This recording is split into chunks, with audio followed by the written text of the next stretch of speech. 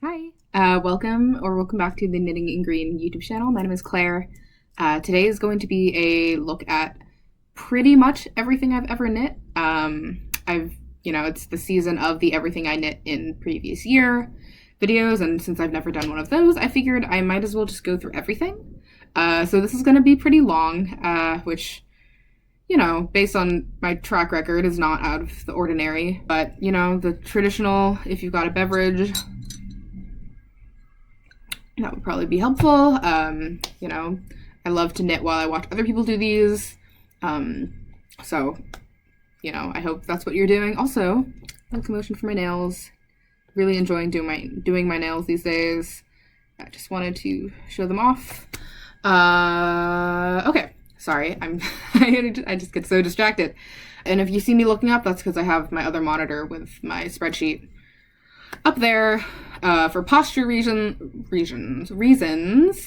And that's also what's causing the big glare on my glasses. A couple of quick numbers.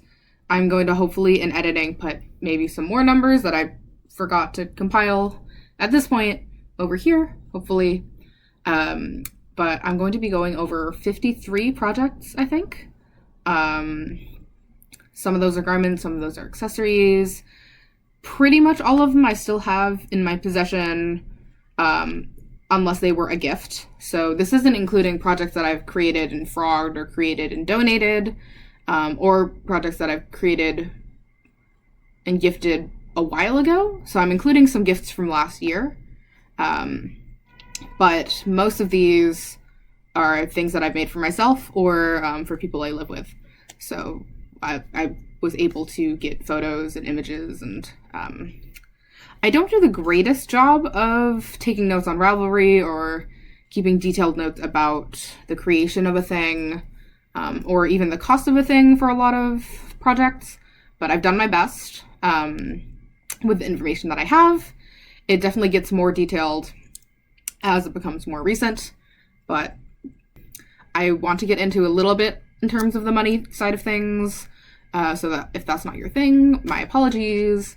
I also don't do a great job of keeping track of what size I knit in the patterns, which I'm realizing I really should do, because that's something I look at when I look at the way other people have made patterns that I'm interested in. So going forward, I hope to maybe keep better track of which size I'm making in the pattern.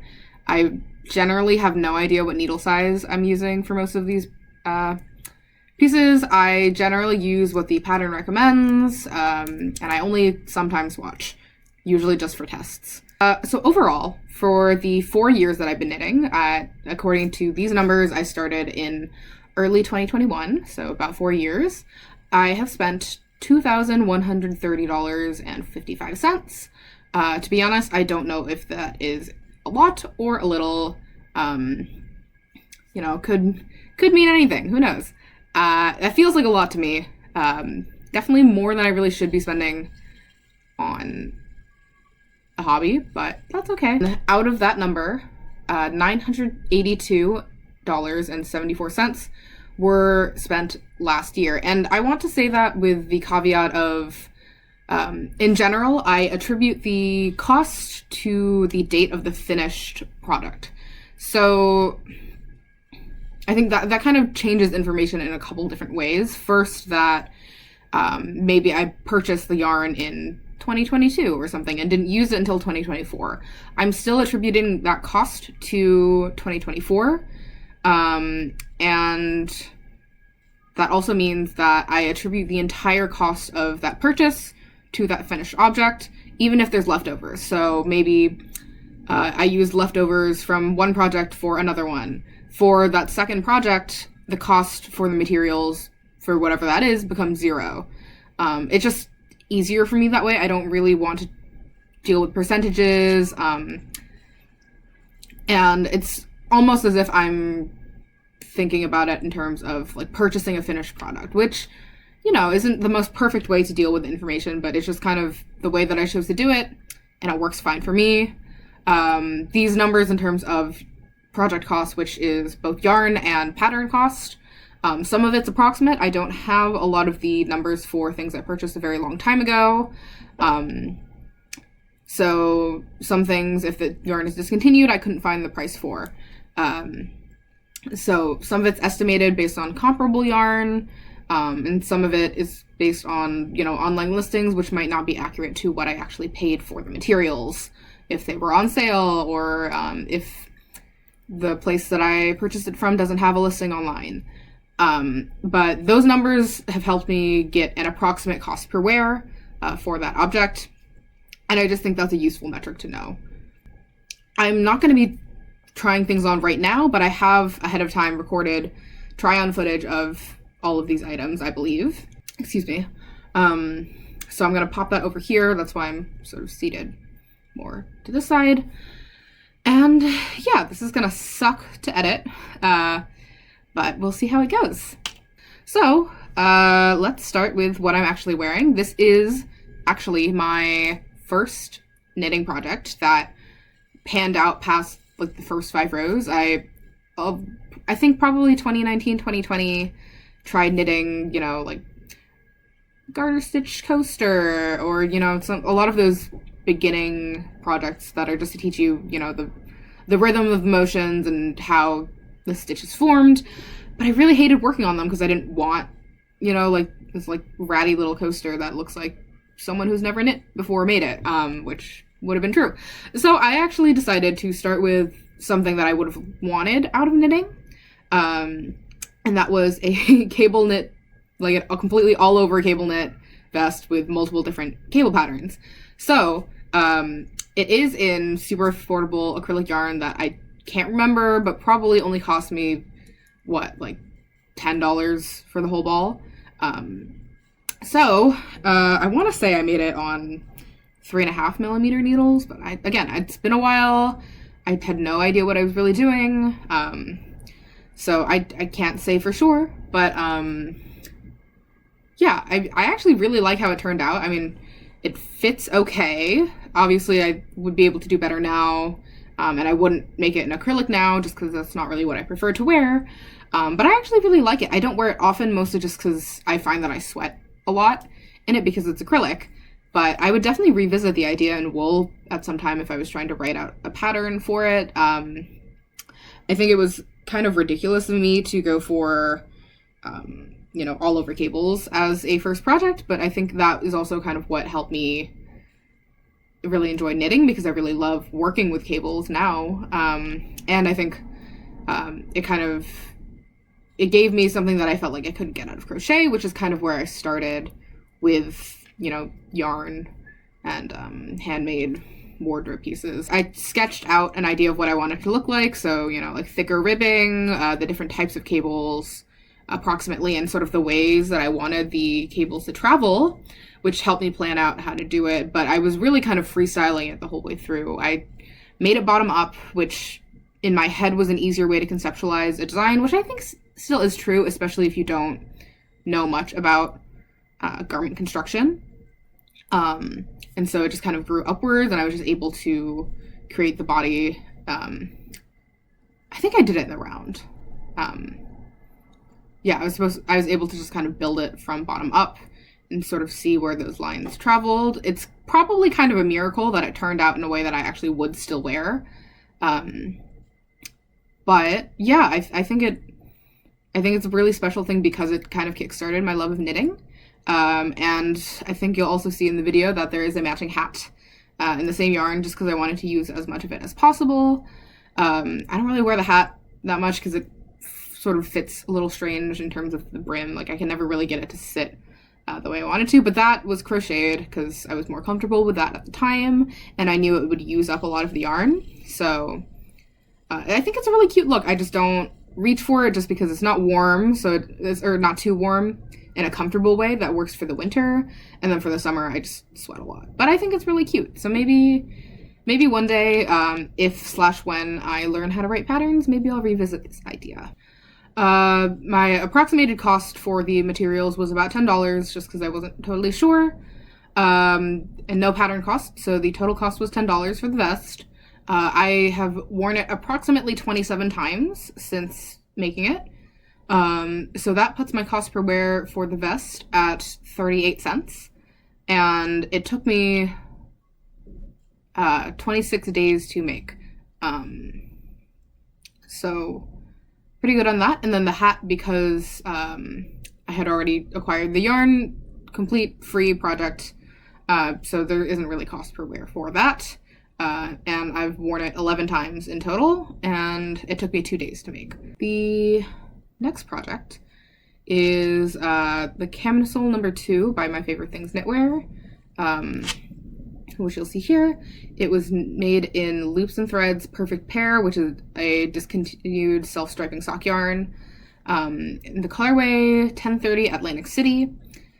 Because the pattern's not size inclusive, I don't really want to promote that here, but at the time I didn't really know much about it, and honestly I should have known better, because as a person who is in a societally larger body, that is something I do care about. I don't know what was going through my mind. I think I was just kind of following what I saw on YouTube. So I saw a lot of other people making this pattern, purchased it without thinking much of it. The yarn, as far as I could tell, cost about $9 at the time, or at places that I can find it now since it's been discontinued. And the pattern cost about $7.20. I have worn this camisole 4 times. And I should say about the wearing statistics, I kind of only count a wear if it's an outfit where I put shoes on. And as a person who doesn't wear shoes in the house, it's really like if I wear it outside. So I have worn this project only 4 times, which with the total project cost of $16.20 puts the cost per wear at $4.05. So that's not amazing. I mean, not terrible. My biggest issues with this piece are that I actually really like the fit, but I don't love the way that the pattern or the yarn stripes in it. Like, I don't mind it in the body. Yeah, I don't love how the pattern of the yarn changes when the amount of stitches reduces so much. And yeah, that makes sense. I didn't know that at the time because I didn't know enough about yarn. So I'd never reached for it in terms of an outfit that I'm going outside in, just because I don't think it looks very nice. I probably would make the pattern again, maybe in, I think there are blends of yarn that are like cotton elastic. I think Jenny of Future Fiber has worked with one before. Yeah, I would revisit the pattern for sure. Although I can't promote this pattern because it's not size inclusive. So a couple alternatives that would be the Ribble Camisole by Jessie Maid and the 03 Rib Cami by Eleanor Ellis. Neither of them are exactly the same. I think there's a difference in gauge and slight changes in style in terms of the way the ribbing shapes around the triangles. But those are both pretty similar, and I feel much more comfortable supporting those designers in those designs. So yeah, I mean, I like it. I might try over dyeing it since I have it anyways, just to see if maybe that, you know, lessens the change in the pattern of the yarn. But as of now, it's more of like a sleepwear, loungewear thing that I don't wear outside, which is fine. But that means I don't really count those wears in the numbers. And according to the spreadsheet, it took me 28 days to make this product. And when I log the days, it's obviously not consistent days working. It's just kind of putting it down, picking it back up whenever I feel like it. So over the span of 28 days is when I started and finished it. I don't know if that number is super accurate because that's probably something I estimated afterwards. But that's the number I have.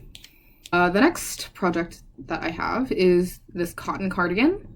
It was made in like a peaches and cream ombre yarn that I got from Walmart for probably like $15 a cone or something. So there was a whole set of like I made, let's see, I made a crop top, a pair of shorts, and a bucket hat. No, not a bucket hat, a fanny pack. That's what I'm thinking of. And also like a little stuffed animal bandana out of this yarn. I made a whole set alongside that cardigan, and all of that I have since frogged just because I didn't, like, the fit was just not right. I really had no idea about how to construct a garment properly at the time, and if I didn't mention it All of those were completely self-drafted. So it was sort of me just like making panels, matching them up approximately to things I already had, and going from there. I still like the cardigan though. I think the main reason I don't wear it very often is because it's pretty heavy. That like the 100% cotton yarn that you get at craft stores is pretty like rough. It doesn't drape very well, and it's more like for dishcloths. Yeah, so I don't wear it often. It used to have a button band, but that kind of, I didn't know what I was doing with it, so it pulled the whole thing up because it was too tight. So first I removed the collar portion of the button band, so then it was just kind of what sat at the chest. Then I decided I didn't like that either, so I just ripped it off. I might add ties or hook and eye, because I actually do like the way that it is now. It's cute, cropped, little boxy, with big sleeves. I don't reach for it that often, but I don't really think I want to frog the cardigan because I think I still like it. So I don't want to get rid of it. Yeah, so now I have a ton of this other cotton yarn that I don't know what to do with. But you know, that's a problem for another day.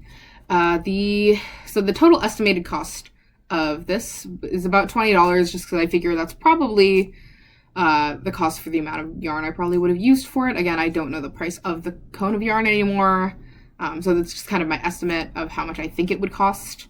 And there's no pattern cost because I self-drafted it. I have worn it 11 times, which puts my cost per wear at $1.82. And I made it over the course of 36 days, again, probably estimated. And yeah, it's something that I would need to work on a little bit more, probably, if I wanted to make it perfect in terms of adding some closures. But I wear it every now and then. It's not perfect. It's a good lounge around the apartment cardigan because where I live, it just gets really warm inside, and I can't adjust the heat very well. So it's a good lighter weight thing if I get a little bit cold, but, you know, like wool will make me a little too warm. So it serves its purpose, but definitely not my greatest moment.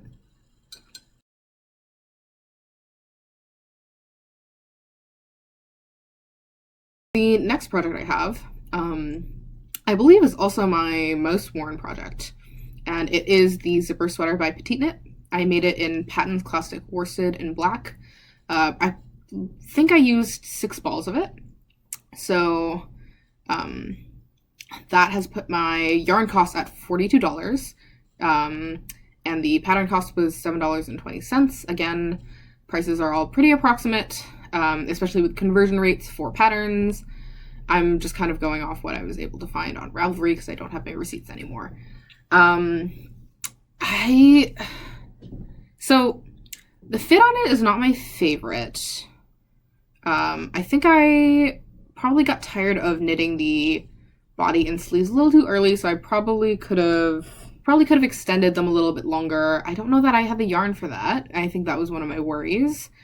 I believe I made the size large, but again, it was quite a while ago, so I'm not totally sure.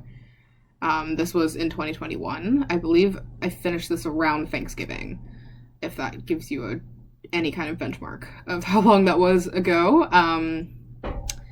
And the yarn pills like crazy.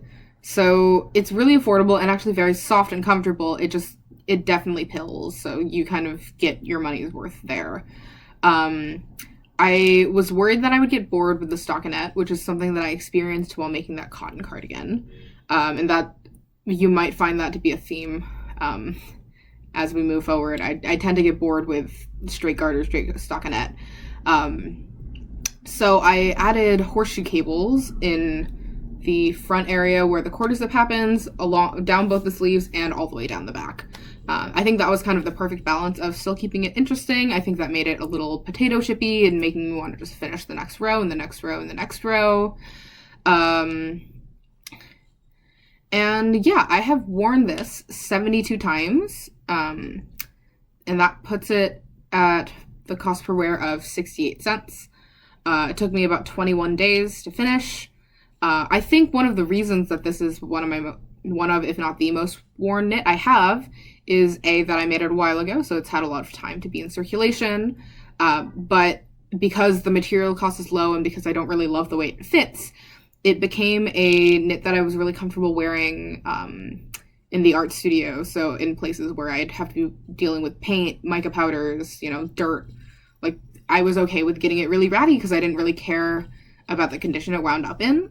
So I was really comfortable wearing it frequently, and for a long time I was working a job where I would have to be handling paint and getting a little sweaty and, like getting it dirty, and I didn't have to worry about it. And it was a really cold studio, so it was really helpful to be able to wear wool in there. So that is probably why it's gotten as much wear as it has, given the fact that I don't like the way it fits. I wouldn't really style it in an outfit where I, like wanted to feel cute and look cute, but it was really good for what it actually wound up being used for. And it almost makes me want to make something that is slightly cuter, specifically with the use of, like, I can wear it while painting.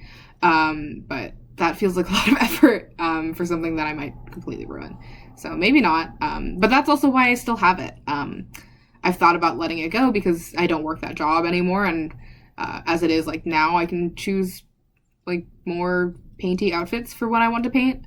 But I think it's useful to have, like, the ratty knit that you only want to wear when, like, you might ruin things. So I have kept it, and it is warm. I do love that it's the quarter zip that zips up really high, and it's a good underlayer on a day where, yeah, like I don't need to look cute.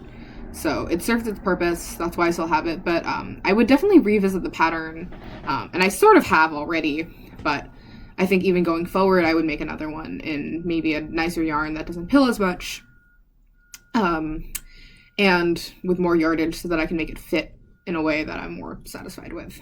The next project I would consider a milestone in that it was my first time working with nice yarn. So it was the first time I'd ever gone to a local yarn store here in New York. I went to Woolen in Brooklyn, and super cute store, really nice staff. I was still digging through the clearance bin because I was looking at the prices of things and I was like, whoa, because I was used to shopping at Michael's. So I picked two skeins, maybe four. I picked some yarn out of the clearance bin. This was also my first time working with mohair. So the yarn that I picked out was a sock yarn and a mohair yarn. I want to say probably two skeins of each. And they were both on clearance, which I think is why I was comfortable purchasing them. And so this pattern is the Skagerrak by Elsa Schillerp. I have looked up how to pronounce that, and I'm not 100% sure that I'm doing a great job. So please feel free to correct me if you know better. So because I don't have that receipt anymore, I'm estimating my yarn cost to be $40-ish. And the pattern is a free pattern, so there's no cost there. That puts the total cost at $40, and I've worn it 40 times, so that is a cost per wear of $1, which is awesome. It took me 20 days to make this because I was really enjoying myself. I thought the rhythm of the stitch was really fun. It looked really cool. The fabric was super soft. I'd never worked with mohair before, but I'd seen it all over Knitting YouTube. And everyone else's projects looked so beautiful, and I was just really excited to have it. It wasn't until months later, probably, that I was watching someone else's video and they were talking about half fisherman's rib, and I realized, oh, that's what I had been making. And I had no idea that it was sort of like a higher level skill or, like not really a beginner typical stitch pattern. But I just, I followed the instructions in the pattern, really enjoyed it, and didn't really think much else of it. So yeah, I actually think the pattern is really, the design is really beautiful. Probably not size inclusive given that it's a European free pattern from a yarn company. But at the time I was just kind of browsing for free patterns because I didn't want to spend money. It looks like I made the size large. Yeah, it only comes in 4 sizes, so that's not great. Like, when I look at the number, 40 times doesn't feel like a lot of times to wear something, but I think because most knitwear you can really only wear in the winter, so that cuts off a lot of days. I already have a pretty substantial closet, so adding more pieces doesn't really help that. 40 is actually a pretty solid number. So I'm pretty satisfied with it. I think it turned out really beautifully considering I didn't know what I was doing. It's just a pretty standard slipover with like a split hem. It's got some ribbing at the collar. I think it's really beautiful. I really love this piece. I think it's really versatile. It goes with a lot of things in my closet. The yarn, by the way, is Murky Depths Mirage, which is a 72% mohair, 28% silk blend. These days, Murky Depths is a yarn brand that I really love. They pretty regularly do trunk shows at some local yarn stores here, so it's pretty easily available to me, but they also sell on Etsy. The colorway is Springs Eternal, which I believe is not sold anymore.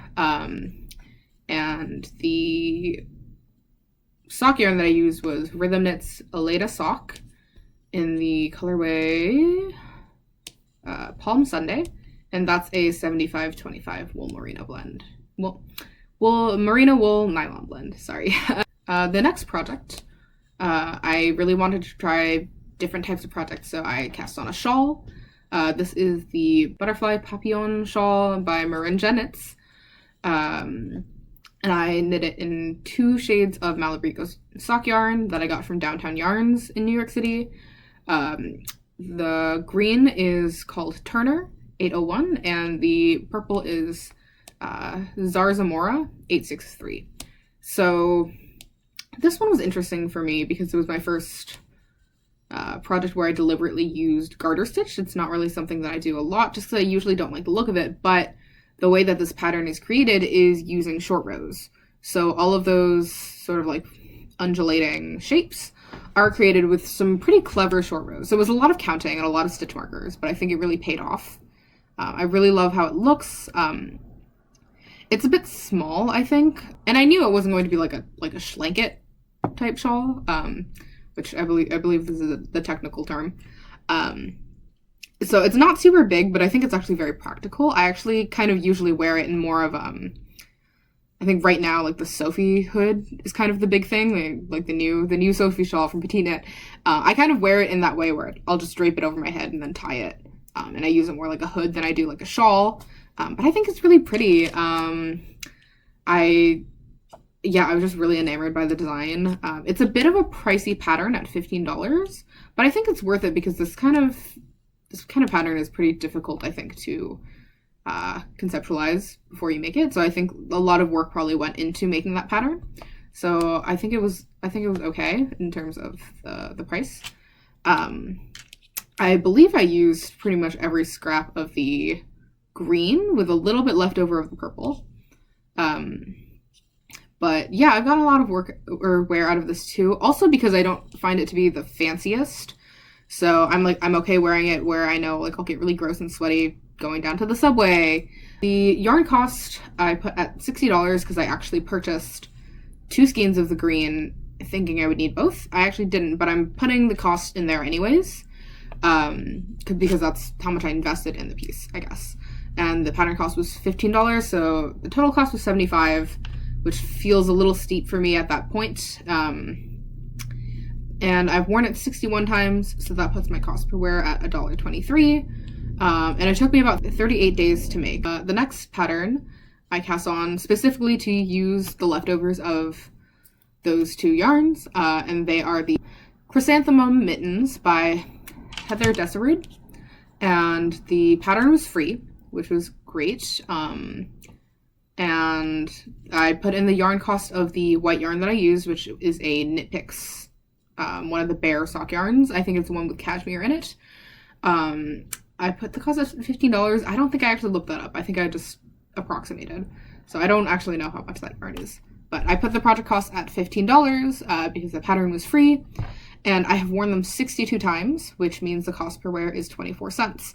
I think when I made these, I had previously tried a different free mitten pattern that was just too small for my hands. So I went with this one. I looked at the stitch counts. I saw that it was a bit bigger. and was really, really happy with the results. They fit perfectly on my hands when I don't have nails. And I wear them a ton when I don't have nails.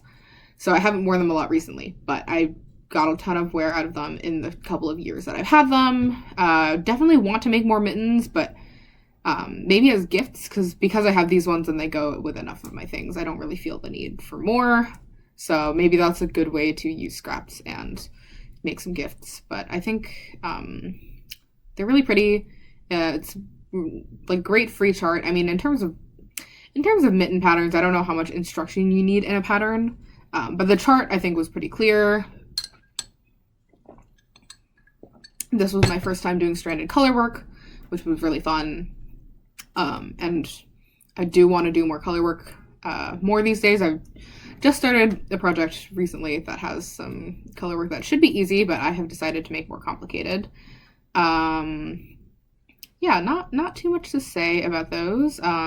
So yeah, it's the 2 Malabrigo sock yarns from the previous project, and then the Knit Picks sock yarn. The next project is the camisole number 5 by My Favorite Things Knitwear.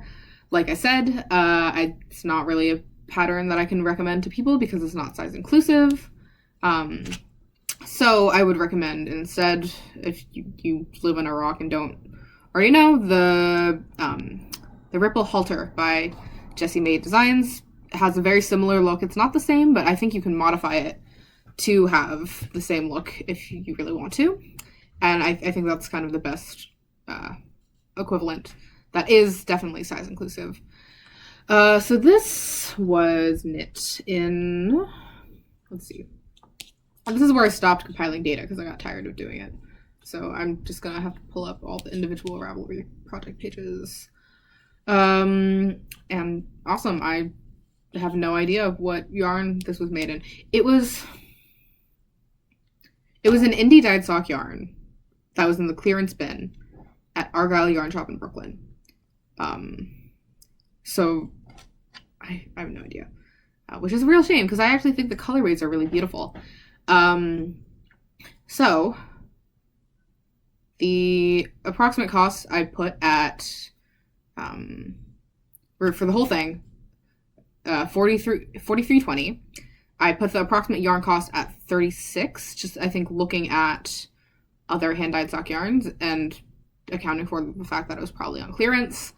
And the pattern cost is $7.20. And because I've worn it 6 times, that puts my cost per wear at $7.20. And it took me 122 days to finish. So that's kind of a long time for a camisole, I would say. It is fingering weight, I think, on 3mm needles, which does make sense. So the reason why the cost per wear is low is because I don't wear it.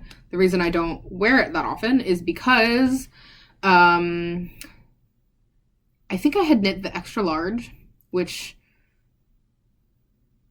I'm not entirely sure why I chose to knit the extra large, but that just meant it was too big. And because it's made in superwash sock yarn, it just got bigger. So that was the main reason. Also, I bound off too tightly at the bottom, which meant that it was a little difficult to get over my shoulders. So I didn't love wearing it for those reasons. I loved the look of it, like, pre-blocking. So it was too big. And then eventually, later on, when I decided, like, oh, I never wear this, let's toss it in the dryer and see what happens. So I did that. It fits much better now. Definitely felt it a little bit, but just enough to where the fit is in a place where I'm much happier with. So I've worn it actually more since doing that. The tight bind off is still kind of an issue, but that's okay. I'll just deal with it. But also, it's 2 different colorways of the yarn, I think, because the skeins are too different for that to not be true. What I did was I purposely saved what I thought would be enough for the neck and armholes, the double knitting on both. And then I deliberately faded between the 2 yarns going down the body. So there's a pretty nice transition going down the body that I'm actually really pleased with. I actually think it's a really cool effect, but I didn't save enough of the light colored yarn for the arm and neck holes. So I actually should have done that first. Although I actually don't think that would have worked. Anyways, but that means that the two armholes are darker than most of the top half. So I think it looks a little strange, but it's fine. Like, nobody cares. So I still wear it sometimes. Again, it's also, like, it's a wool camisole, so it's not super practical, although, like, I'll wear it in the summer and just deal with the sweat, or I'll wear it through the fall, because I tend to run warm. So in the fall and spring, usually a wool camisole is not too bad. So I do get some wear out of it. It's not perfect. I've already revisited the pattern. But yeah, I think also because the pattern's not size inclusive, I don't love knitting it again, just because I feel not bad. I just feel like I would rather put my energy into making things that are size inclusive. So that's that story. The next project is a riff on petite knit zipper sweater. So I used the numbers from that pattern to create this. I'm calling it my colorblocked zipper sweater. I basically used the numbers for the neck and the cast on and all that, and then instead of doing a raglan increases, I instead did increases every row, just on the 1 point, on both sides of one stitch, and so I created more of a drop shoulder effect with the darker color yarn, and then yeah, when I made the front part, I did it in intarsia to create that color blocking effect. And it was mostly the same from there. It has thumb holes, which is fun for the winter, so I don't need to wear mittens with them, or with this sweater. It's not perfect. It's, like, the fit is a little bit strange. I did a really poor job with the two-wheeler bind-off in most of it, so the bind-off is twisted in a lot of areas. I would consider it probably my, like, least precious knit right now that I actually wear pretty regularly. So maybe it's kind of replacing the other zipper sweater. Kind of interesting that the zipper sweater has been the pattern for both of those. But even though it is using mohair, I'm not that precious with it because it wasn't terribly expensive. Let me pull up what the yarn was for it. And I didn't write it down. It was a superwash worsted weight yarn that I picked up from Downtown Yarns and the drops mohair. So my yarn cost that I put in this is not accurate. Okay, well that's fine. Yeah, I picked up some superwash worsted weight yarn at a local yarn store and then ordered mohair online and just completely forgot to take that into account when I put in my numbers. But it's not super precious yarn. It was probably not very expensive. So the cost of it that I put on here is $28.63, which I think is the price of the mohair that I bought for this. With the pattern cost being $0 because I had already purchased the zipper sweater pattern. And I've worn it 14 times, which feels a little bit of a low ball. But, yeah, who knows. And if anyone's wondering, I took the wearing data from a spreadsheet that I use to track all of the outfits that I wear. So with my entire closet, including non-handmade items.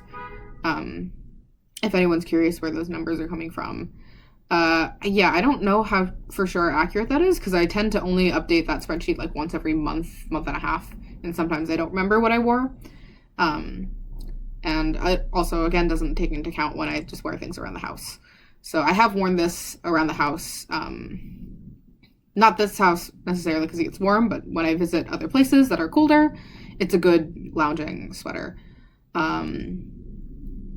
So my cost per wear on this is $2.05, but it probably should be a little bit more because I forgot to take into account the amount I spent on the wool yarn, and it took me about 31 days to make, so about a month. And what to say, it's got some problems in that I didn't do a great job with the intarsia. I was just kind of like making it up, so I don't really think I was being very precise about technique at that point. The fit is just kind of weird because I was making it up again without knowing much about construction. I just wanted a drop shoulder, so I was testing it out, which is fine. It's not really like a dress sweater, so I just wear it how it is. And then also I did a really bad job sewing in the zipper. So I think in most quarter zip patterns, they instruct you to knit a facing for the zipper so it stabilizes the zipper when you put it in. I didn't really understand that at the time, so I was like, I probably don't need it. So it's kind of like, you can obviously see the zipper that was shown in, and it's also a bit wobbly. And then also I did a really poor job sewing it in, so there's just a hole that you can stick your finger through. So that needs to get fixed, but not badly enough that I'm actually going out of my way to do it. I usually just wear it anyways. Doesn't bother me that much. Next up, pair of fingerless mittens. It's a free pattern called the Camp Out Fireside Mittens by Tante M. Tante M, I think. Free pattern, and the yarn I logged as free because I had purchased them for another project that never panned out, so I don't really know where I'm factoring the cost of that yarn into at all, but I'm calling this a completely free project, which means there's no cost for wear, but I have worn them 17 times. It's a really simple free mitten pattern. I think you start with the garter panel that sits around your fingers, and then you pick up along the side and cast on a couple extra stitches for that thumb hole. Really straightforward. I wear these a ton because they're my only fingerless mittens right now. And with nails, I kind of can't really wear mittens with fingers. I'm also very comfortable with them getting ratty. So, yeah, I think it's very useful to have sort of, there must be a word for like clothes that you're just okay with being more like workhorse items. Maybe workhorse is the term. It took me a single day to make, so really quick project, free pattern, nothing more to say. Oh, the yarn is Malabrigo Rios and the color Arco Iris. Just really liked the colorway. And the next project is in the same yarn. It's called the Headband Vera by Monica Tuzar. It's also a free pattern. I just wanted to make some quick winter accessories. That also took me about a day to make, and I've worn it 3 times because I made it too small for my giant head. So I don't wear that one as much, but it's cute. Don't mind it. Maybe would rip it out and reuse the yarn, but like I'm not hurting for the yarn so badly, so I'm okay with it staying as it is. Next project is the infamous musselburgh hat by Isolde Teague. This yarn is Hedgehog Fibers Kid Silk Lace in the color Egg Yolk for the mohair, and a mono yarn Skinny Yana in the colorway 1510. Both purchased at a local yarn store, Annie's. Annie and Company Knitting in the Upper East Side. What to say about this? I think the story behind this hat is that I had a really bad day, so I went to the local yarn store for some retail therapy and bought some bright yellow yarn to make a hat with.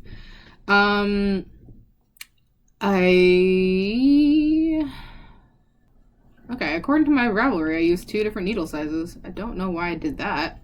Yeah, I mean, everyone knows this pattern. Everyone knows it's great. I probably could have made it a little longer and have been considering making it a little longer for a long time. Just kind of cutting it open and grafting it back together. Just because I've got a big head, so when it stretches this way, it loses length. So I probably could have made it a little longer. And I think the ideal really is to make it as long as you need it to be to use up all your yarn. I think that would have fixed my problem, but I got really tired of working on it. And I also am always scared with constructions like this of running out of yarn in the decreases and then having to rip back and then redo them. So yeah, I started the decreases a little prematurely. Although I think it was technically the instructed length, although maybe I stretched it because I was getting impatient. Okay, the yarn cost was $58, and the pattern cost was $7.66, which puts the total cost at $65.66. I have worn it 5 times, which puts my cost per wear at $13.13. And it only took me a day to make because I just really enjoyed working with the yellow. Through this and a couple other hats that I've made, I'm realizing that I'm not really a beanie person. I think I just don't tend to reach for them, partially because I usually have my hair up, and also because I have yet to make... Well, I've made one hat that I feel like fits my head properly. I don't reach for them that often. So I am considering frogging this. I might try to lengthen it and see if that helps. But I also am wondering if maybe I can find a better use for the yarn in another project that I'll wear more. So that's up in the air. But I do like this hat. I think it's really cute. I don't know. I'm like on the fence. I feel like if I find another pattern that I feel like will do well with some bright yellow wool and mohair yarns, I might rip it out to use for something else. But for the moment, I'm okay with leaving it as a hat. Okay, the next project is actually 5 projects that I completed over the course of 2022. And, I should say, 2023. As of the Camp Out Fireside mittens, we are now in 2023. And I think I forgot to say when we jumped into 2022, which was with the chrysanthemum mittens. So now we're in 2023. And these projects were inspired by a conversation with my mom, who wanted our whole family to have like matching Christmas sweaters. So we were like out shopping trying to find ones that we all liked, and we didn't find anything because, as I'm sure anyone in this section of the internet knows, the quality of knitwear has downgraded really badly in terms of store-bought stuff. So I was not at the point where I was comfortable knitting 5 sweaters, including 4 for people who are not myself, but scarves felt more approachable. So I started with mine, and hopefully I'll be able to pop in enough photos. I started with mine with things I already had in stash. So mine is a little bit different from everyone else's. I made mine in Holscar and Titicaca, which I purchased for the 2022 Stephen West Mystery Knit Along that had that infamous, like, really difficult starting point with the I-cords, and I didn't even make it past the first clue. And I also, at the end of it, didn't even like how the final product turned out. So I abandoned that project pretty early on. But I still had the yarn, so I decided to use the 100% alpaca lace weight yarn, held double, to make this colorwork scarf. The chart that I made is sort of based on like pretty like traditional geometric patterns of just like Fair Isle knitwear, but inside the diamond I put on one side Wu, which is my last name, and Bao, which is my mother's maiden name. And if you don't know, like, women in China don't tend to take their husband's last names, they keep their own. So this was kind of a way for me to tie it to my family in terms of the Chinese characters that I put into the color work. So I started out with mine. It took me about 2 months to make. No, that's not true. It took me about a month to make. It took me 28 days. And with the yarn costs from the yarn that I had purchased previously and the free pattern from my brain, the cost is $47.52. And since then I've worn it 22 times. Also, forgot to mention, all of these times worn statistics are from before this year. So there are a number of these projects that I have worn this year, since it's the 22nd. Those numbers are not getting factored into these numbers. So that's a cost of wear of $2.16. I think it's a really versatile accessory. If you're curious about the construction, I do a long tail cast on for the number of stitches, which I believe was like 132 or something like that. And then I just knit a couple rows straight with 2 purl stitches on opposite ends just to create more of a natural fold. Then I do the colorwork chart and then continue in a big tube all the way to the other end until I have just the weight required to do the colorwork chart again. Do the colorwork chart again, but top down instead of bottom up. And then on both ends, I sewed it closed and then used fringes from the white yarn. Just, I think, like 6 strands of the white. And I don't know what the knot is called, but basically you knot it at the bottom. And that's the basics of construction. So it's basically a big long tube, so it's double thick. And then I didn't have to weave in any ends or worry about my floats.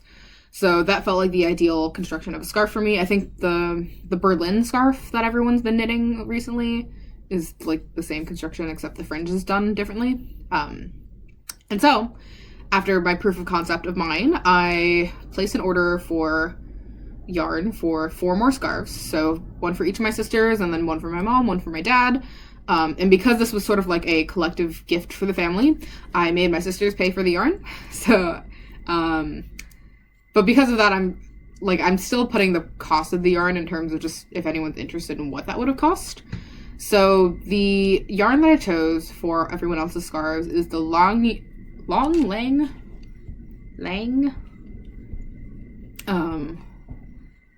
I'm gonna say Lang. I feel like most people I've heard talk about it say Lang. The Lang yarns, Yowl Superwash 7525. And so I can pull up the individual colorway names if anyone's curious. So, all of them used colorway number 1 white for all the white bits. And it's more of a true white, not really cool, not really warm. Kind of regret for some of them that I didn't use like a more warm leaning white, but it's beside the point.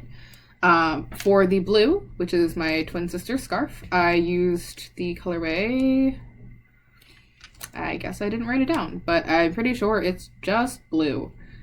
She asked for kind of a painter's tape blue color. That's what we went with. For my other sister's scarf, it's the colorway 248 Old Pink, which is light pink. For my mom, we use the colorway, again, I guess I did not write that down, but it is probably just like purple or something. And then, yeah, and it's not in the receipt for some reason, even though some of them are on the receipt. Who cares? And I don't think anyone's recreating this. That's fine. And the orange is 159 orange. So I can imagine it's probably just like blue and purple for the other ones. Or, violet. I don't know. What else to say about these? Oh, okay. So approximate costs between the approximate amount of white and then the, I think, 4 skeins, like 50 gram skeins of the yarn that I got for all of them was $48.77 for each scarf. And the long yowl yarn is it's a little interesting because it's like a pretty normal sock yarn, except within the skein is like a spool of thread. I don't know if I have one. Oh yeah, actually it's a spool of thread that's inside, and I think you can use it to like reinforce or maybe even darn like heels and toes of socks, which I actually think is pretty useful, but that gets factored into the weight of the skein, so you're actually getting less yardage, I believe. But I don't feel like anyone really needs that much yarn for socks. I feel like I always think that it's going to take more, and then I always have a ton left over. So that's whatever.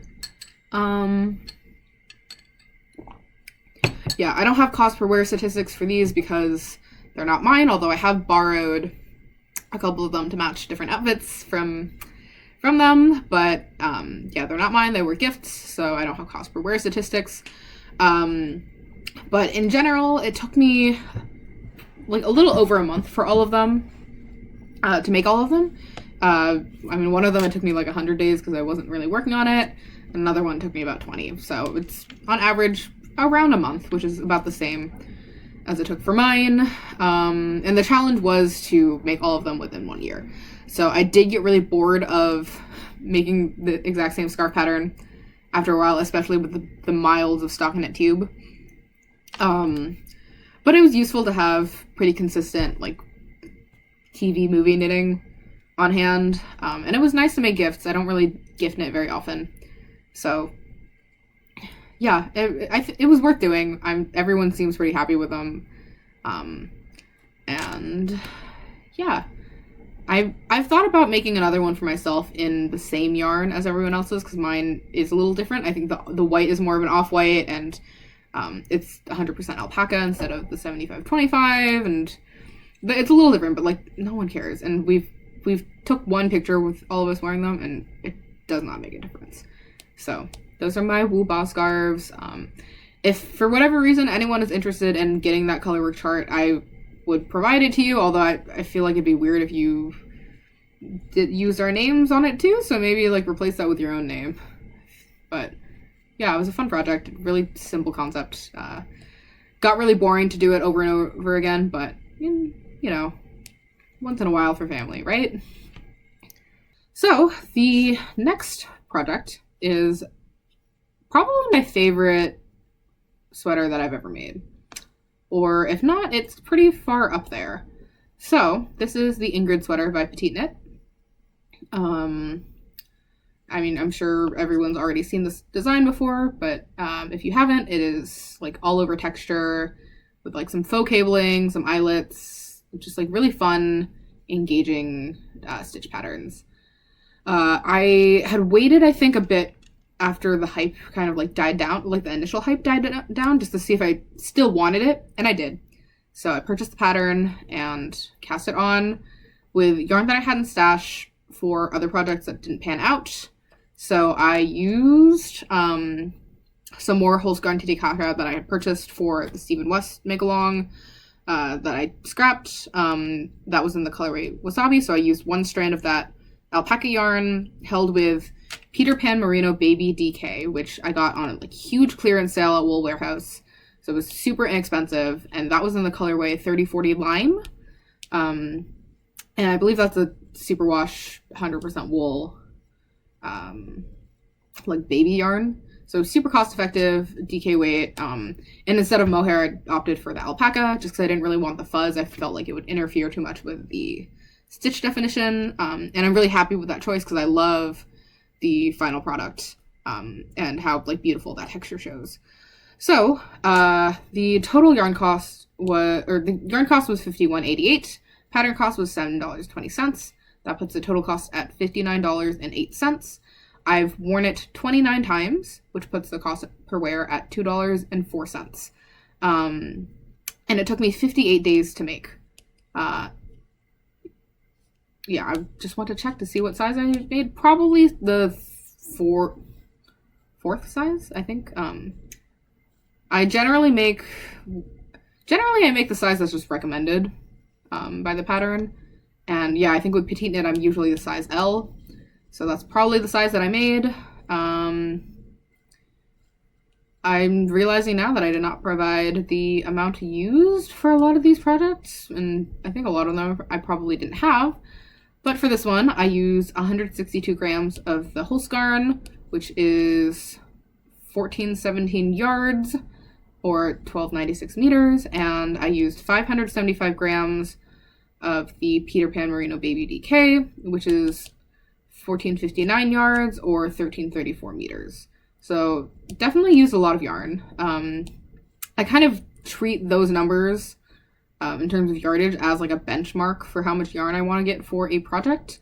I try to get about like 1400 yards where possible. I think that's kind of like a good amount for me, and that's a general like good estimate for how much I'll need. I think 1600 is also like a good generous estimate if I want more ease. But I love this sweater. I wear it a ton, it feels like.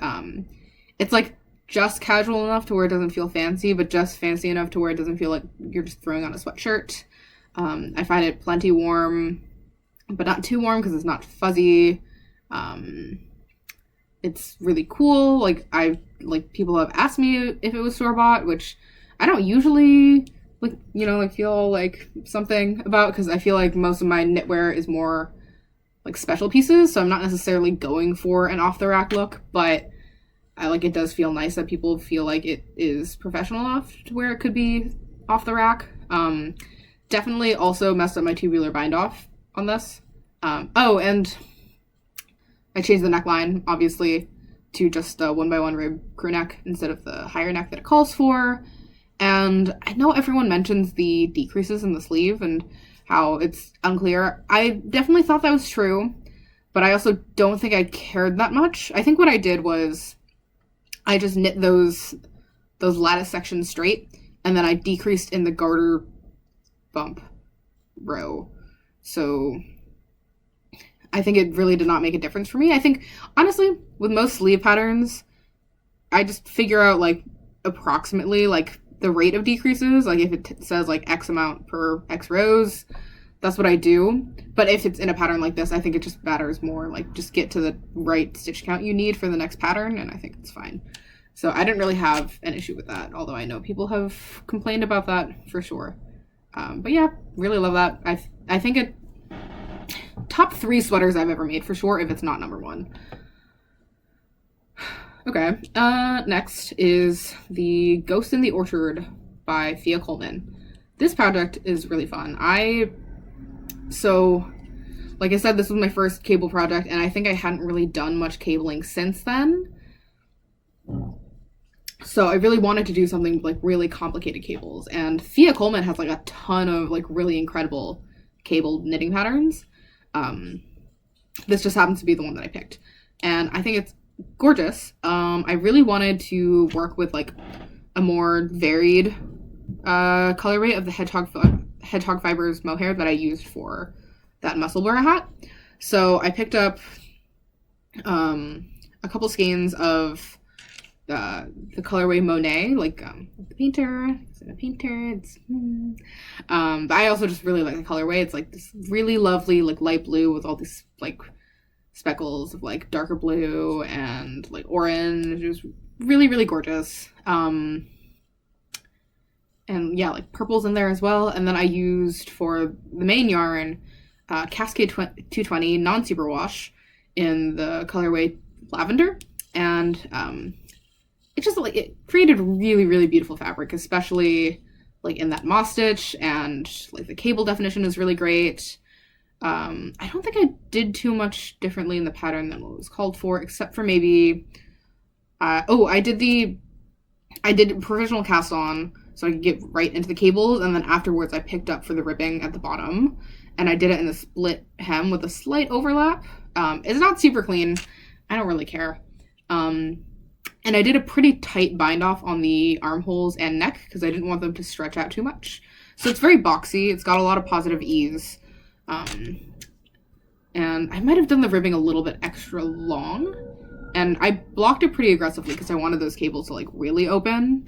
And I think it turned out great. I love this thing. Let's see how much I've worn it. Okay.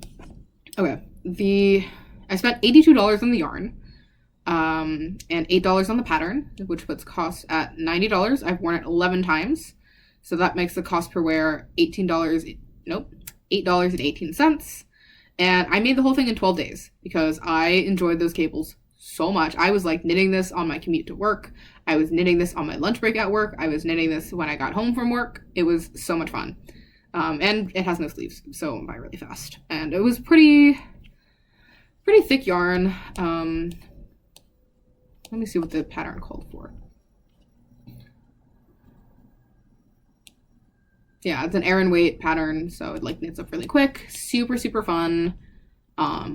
Would make again. I would maybe make this into a pullover even. Like, yeah, I loved it. No, it's so much fun. And would definitely check out the designer's patterns again. Just because they're like it was super well put together. Like very, very clear, very well charted, no complaints. And yeah, designed to go up to a 66-inch bust. Oh, is that well, that's the finished object size, but it looks like it was designed for 5 inches of ease, which means it's designed for a 61-inch bust, if I'm doing my math correct. So great design, size inclusive, beautiful. If you enjoy cables, you will have a fun time. Okay. Okay. The next one is the Lyon cardigan by Rachel Sogard. Probably not size inclusive because this was also a free pattern that I started a very, very long time ago. Let's see. Yeah. Also only 4 sizes. I think it was also made for Filcolana, which makes sense. So the story of this was I wanted to try buying some of those random yarns off of Etsy that aren't really branded, come in like big cones. I wanted to see how cost effective they were. So I just ordered a ton of it off Etsy. There's like a mohair nylon blend lace weight and 100% wool lace weight. And like the 100% wool lace weight is like so ropey. Like it was kind of hard to knit with, to be honest. But I wanted to see what would happen, and it wasn't very expensive. I think it looks like I spent $43.45 on the whole thing, and because the pattern was free. The thing though, I knit this over the course of 503 days, which means I started this in November of 2021 and didn't finish it until March of 2023. And I think the big cause of that was actually, even though it's a cardigan, there wasn't much purling because a lot of it is knit in garter. So that was not the problem. The problem was that I got so bored of just knitting with there was some shaping, but like no fun stitches, like nothing like super engaging. It was just like knitting for miles and miles. So I didn't love that. And then also I think I was doing most of it on like the shittiest little, the not very good like fixed circular needles that I got from Michael's when I first tried to knit in like 2020. So it took me forever to make, but I finally finished it because I actually did want a brown cardigan and I already made most of it. I honestly can't remember what I did differently from the pattern. I think there's something on the sleeve that there's like a detail on the sleeve that mirrors one of the panels on the back that I think I had a weird stitch count, so I just gave up on it and just knit the sleeve straight and did an I-cord bind off. And I think that's really the only place I went rogue. I find that the buttons fall out of the buttonholes a lot, but that's something that could probably be pretty easily fixed. I've worn it 20 times, which puts the cost per wear at $2.17. I like that I have it, for sure. I do wear it. I think it's really great to have like a nice lightweight cardigan, and I'm also okay with it getting messy. Like, I'm not super precious with it, so I'm happy with it. I don't think I would recommend the pattern to anyone, though. It's not size inclusive, and it's really nothing that exciting. There's other garter stitch cardigans that are better, like the Cardigan by Tori Yu, I think. Or I think Laura Penrose just came out with the Midland cardigan, and I think those are just probably better written and more size inclusive. So I feel like not much to say on this one, but I'm glad that I have it, and it was free. So okay, next project is another musselburgh hat. This time in, close my tab. So this one I call my minty lime musselburgh hat. It has all the same problems of the first one in that I made it too small, or too short. But this one I made in one strand of Kelborn Woolens Perennial in the colorway Neon Lime, and one skein of Ching Fiber Melted Baby Surrey in the colorway Acid Apple. So it's got a really fun like neon marling effect where some of it's like highlighter yellow and some of it's like neon mint. So I call it like my minty lime hat, and it's a really fun color and super nice and warm. But yeah, it's just like too short for my giant head, so I don't wear it very often. Yeah, I have 2 times worn in the spreadsheet. Yarn cost was $60. Pattern cost is $0 because I already had it. So that puts the cost per wear at $30, which is not amazing. And it took me 8 days to make.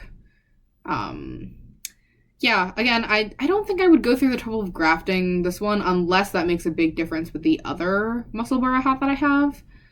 But I would love to repurpose the yarn if I decide to go with that option.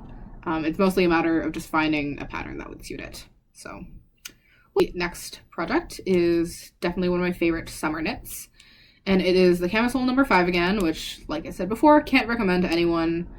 Please go check out the Ripple halter by Jessie Maid. But this project was knit in my favorite colorway of all time, which is Quetzal by Argyle Yarn Shop in Brooklyn. Has their in-house yarn brand called Luminous Brooklyn, and they've got I think all of their colorways across all of their bases, and Quetzal is like my ideal, like beautiful dark rich green. When did it get so dark in here? Yeah, I love the winter, but it gets so dark so fast and I hate it. So where was I?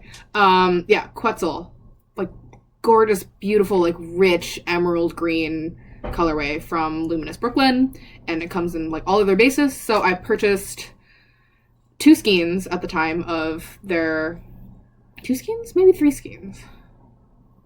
No, I purchased 2. So there's a store here. I purchased 2 skeins of this colorway in their Brilliant Fine Weight, which is their 100% superwash fingering weight yarn, not the sock yarn because it has no nylon. I purchased 2 skeins of it, and on my way home, somehow I lost one. This has literally never happened to me in my life. I don't know what happened to it. Disappeared out of my bag. So when I got home, I only had one. So I went back and bought a 3rd one. So this project was, I think, $30 more expensive than it had to be. I really have no idea what happened there. But, okay. So yarn cost $90. Could have been $60. Don't know what happened. And then the pattern cost was $0 because I already had the pattern. So that and with the cost, I've been sitting here talking to myself for over an hour. And we're not that far. We're still in 2023. So this is not looking good for me. Yeah, this is project number 18. I don't know what to tell you. Okay, I've worn it 15 times, which puts my cost per wear at $6. With a price tag of $90 for a tank top, cost per wear of $6 is not bad at all. I wear this tank top a lot. Again, it's wool, so it's not super practical in the summer, and as much as I love this colorway to death, it like stains your hand. Like the color leaches out, and that's to be expected for like a color that rich for a hand-dyed yarn. No shade at all to the yarn shop or the yarn brand at all. Like, I knew what I was getting into, but because of that, I can't really wear like certain undergarments with it because I'm in like pants even because I'm worried that the color's going to transfer, which is fine. It really doesn't limit me that much. I also wound up sewing elastic thread into the armholes so I could wear it with like a sports bra. Like, not that I don't really care that much about my nipples showing, especially in the summer. Like, oh no, you saw my nipples, like, congratulations. I don't, like, it's fine. But sometimes I don't, like, if I am wearing it in a slightly more professional setting, like, yeah, I should put on a bra. So I sewed in some elastic. It does change the silhouette. Like, I actually do prefer the way it looks when it cuts in more, but it's easier to wear with the elastic in the armholes, so it's fine. It took me 12 days to make the whole thing because I love that colorway like no one's business. It's like my favorite color ever. So, yeah, 12 days to make. Love that thing. Can't support the pattern, but I already had it. Okay, next is the Phantom Fuzz by Park Williams. Super, super versatile knit, surprisingly. Honestly, I'm realizing kind of a common theme is that the knits that I have that aren't super, like, precious get a lot of wear. Although, in terms of numbers, this doesn't seem like a lot. But, the yarn cost was $35.24. That number I pulled from a big order of Drops Kid Silk in the colorway Petrol, I think. That I made for a different project that didn't pan out. And the pattern was $8. So the total cost was $43.24. And according to the spreadsheet, I've worn it 9 times, which puts the cost per wear at $4.80. But I've definitely worn it more than that. And because the reason I'm saying that is I brought this piece with me when I went to New Zealand. And it was summertime in New Zealand at the time, but it was still kind of chilly for like summer clothes. So it was a really, really great layering piece. And I'm pretty sure I wore it almost every single day that I was there, especially like at night or when it was windy or in the car, and definitely on the plane. So, like, I feel like the times worn stat should be probably closer to, like, 18. So, I've got a lot of wear out. I get a lot of wear out of it in the summer, like summer nights. when it's like a little cold, but like you're still probably gonna overheat. Like loose gauge, mohair, floaty top, super, super useful, at least for me. And it took me 12 days. Yeah, I mean, I'm realizing I haven't talked much about like construction of the pattern, like details about the pattern. All of that's available in Ravelry. And also, we've already been here for almost an hour and a half. And if I don't stop myself somewhere, I think I will like fall over and die. So you're gonna have to bear with me. Yeah, it is what it is. I can't talk too much. It's already bad enough. Yeah, Phantom Fuzz, great pattern. Drops Kid Silk is like a perfectly okay mohair. Inexpensive. You get what you pay for. But I do love the Phantom Fuzz. I would definitely make it in like a more fun yarn. If I had like just like a spare quantity of mohair that wasn't going anywhere, but right now, not the time. Would revisit for sure though. And this is what happens when I feel like I have to say more things. I just keep talking and I don't shut up. Okay, next project, again, pretty quick. Unicorn bark socks is what I'm calling them. They're just self-drafted vanilla socks with an afterthought heel, top down.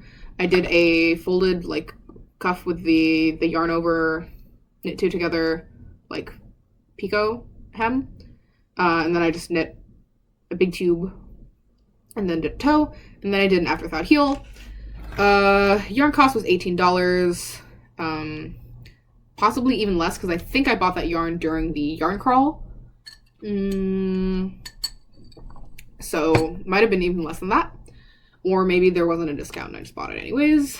And took me 2 days to make. I've worn them twice because I don't tend to wear my hand knit socks outside all the time, but they look really cute in loafers. So, and I usually forget to log when I put socks in, or like when I wear fun socks, because I don't have a column for that in my spreadsheet, because usually my socks don't matter. So I've worn them at least twice, but around the house I've worn them more. What else to say? That's about it.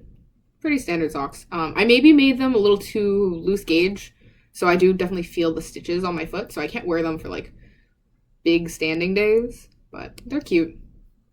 Not much else to say. And the next project was with the same yarn. It is Malabrigo Ultimate Sock, which is their sock yarn that has nylon, if the other one doesn't, or maybe more nylon. But it's Ultimate Sock, not sock. In the colorway Unicorn Bark. That's why those socks I called the Unicorn Bark socks. So then I used that same yarn in the next one, which is the Dahlia Hair Tie Bow by Isabel Cecilia, which is a free pattern. Just a cute little hair bow that goes like around a ponytail or a bun. Completely free, so no cost per wear.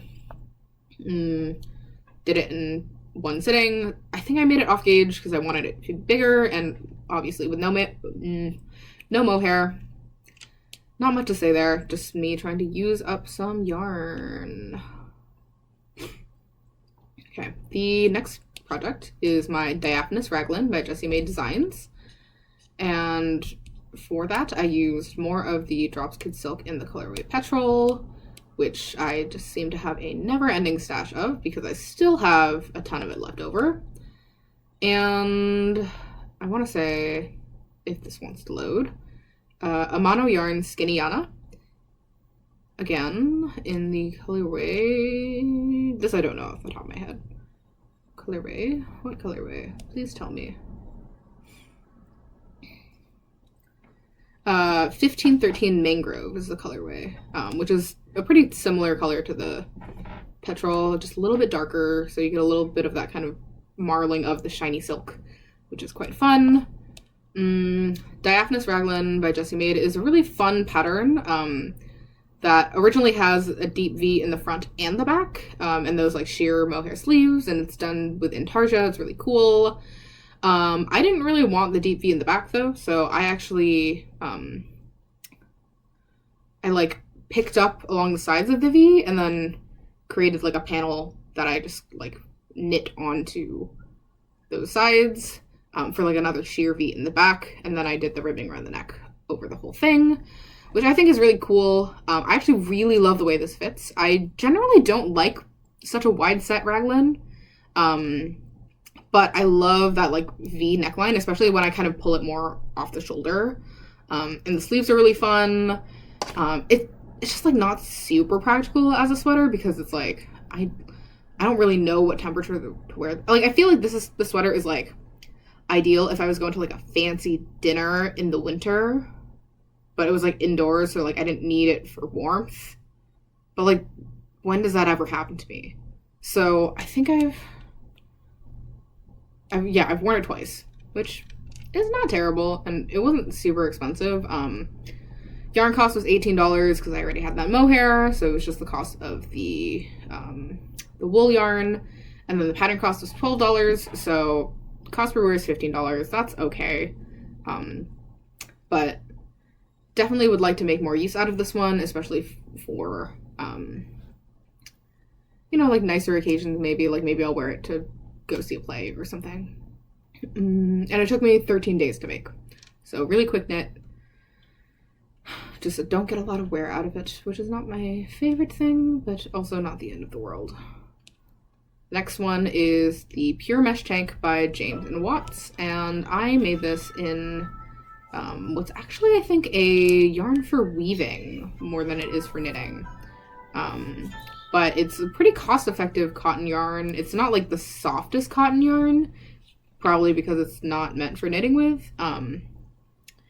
But I really liked it, and I think it comes in a lot of really nice colorways. If I can pull up my Ravelry page, it will tell me what the yarn is, because I don't know. I'm calling the cost of this yarn $0 for this project, at least, because I purchased the yarn for a different project, which I cast on before and finished afterwards. So I'm just, and this was also a test knit.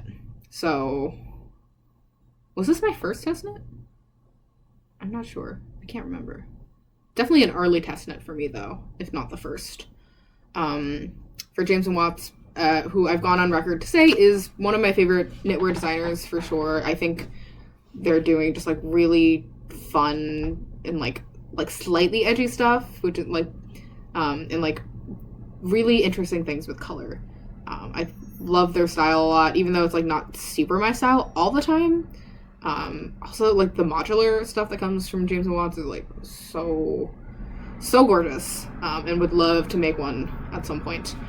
So I'm calling this a $0 cost project because I tested it, so the pattern was free, and then I already had the yarn for something else, so no cost per wear, but I have worn this twice, which for a all over like mesh lace tank, I feel like is not so bad.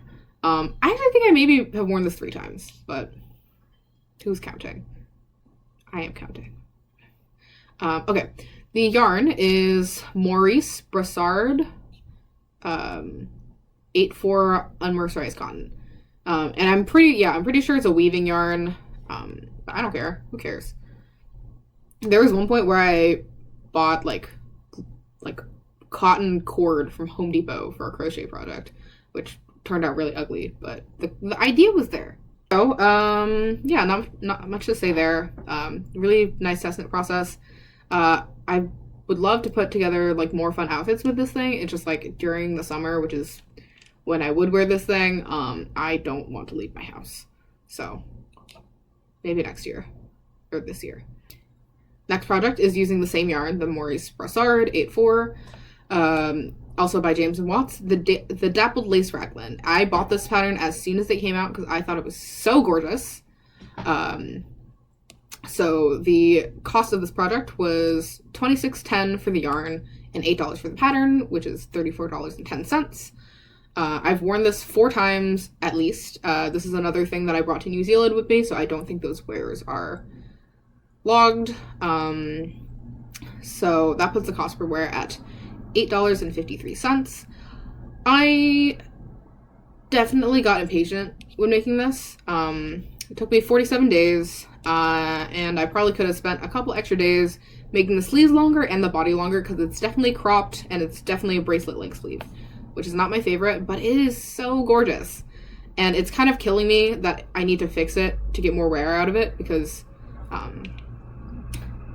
yeah, like the reason I don't wear it often is because I always have to like tug at everything to make it sit better. But it is gorgeous.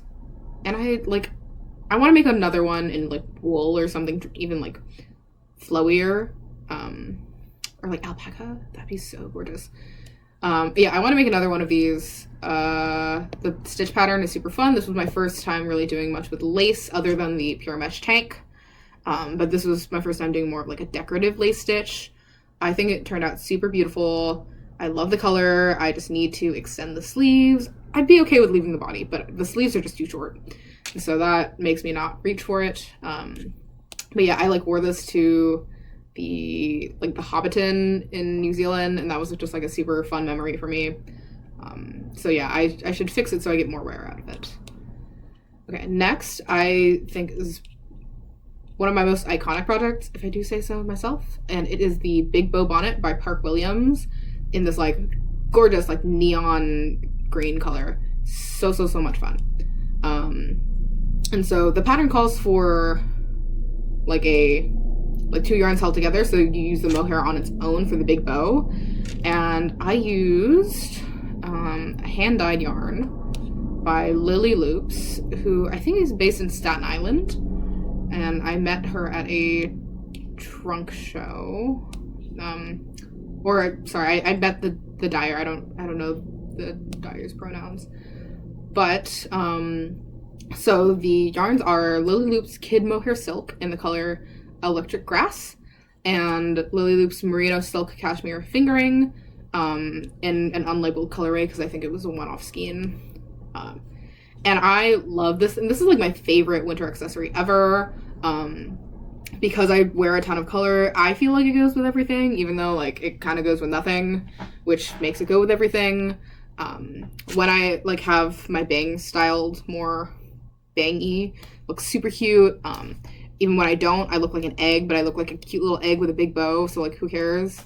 And yeah, it goes with like my Ingrid sweater. It goes with a couple other things that I haven't shown yet. It's super fun and it's super warm, and even though I look ridiculous, I can just put my headphones right over it so I can still listen to music.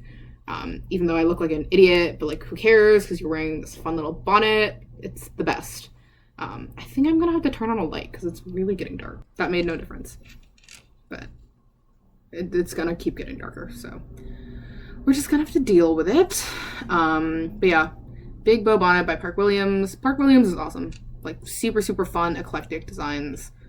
Like, love it. Okay, the next project is interesting because I didn't use a pattern, but I copied pretty directly off of someone else's pattern. I mostly just didn't want to pay for it, but then also in looking at the projects for that pattern, I saw some people were having some issues with some of the numbers, so I thought I can probably figure it out by myself. So I'm calling it my faux Hilma because it is based directly on the pattern Hilma by Amy Blackwell, which was published in the winter 2022 issue of Pom Pom magazine. I have been like drooling over this sweater forever. It's so gorgeous.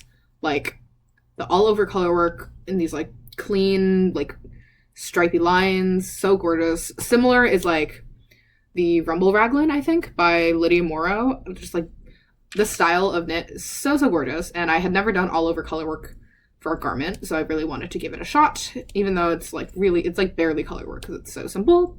And this I thought would be a really good way to use worsted weight scraps, even though I bought new yarn for this because I wanted pops of color. So my cost of the project, because there was no pattern, was the cost of the yarn, which was $51 approximately. And I've worn it 10 times at least. So that puts my cost per wear at $5.10. I really feel like I've worn this thing more than 10 times because I love this sweater. This is also top 3 sweaters. Like this and my Ingrid and another sweater that's coming up.